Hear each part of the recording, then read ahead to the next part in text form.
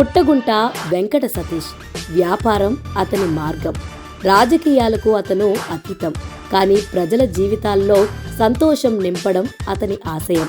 10 రూపాయలు సంపాదిస్తే 10 మందిని పట్టించుకోని మనుషులున్న ఈ రోజుల్లో ఎటువంటి పదవులు, రాజకీయ వాంఛ లేకుండా తాను కష్టపడి సంపాదించిన ప్రతి రూపాయిలో ఒక భాగం అతను పుట్టి పెరిగిన నేలకి, అక్కడున్న ప్రజల బాగోగులకి వేచించి వారి మంచి చెడ్డల్లో అతని వంతు సాయం చేస్తూ అతని సొంత హెల్ప్ ఫౌండేషన్ నుండి కొన్ని వేల మందికి సహాయం చేస్తున్న మహా వృక్షమతుడు.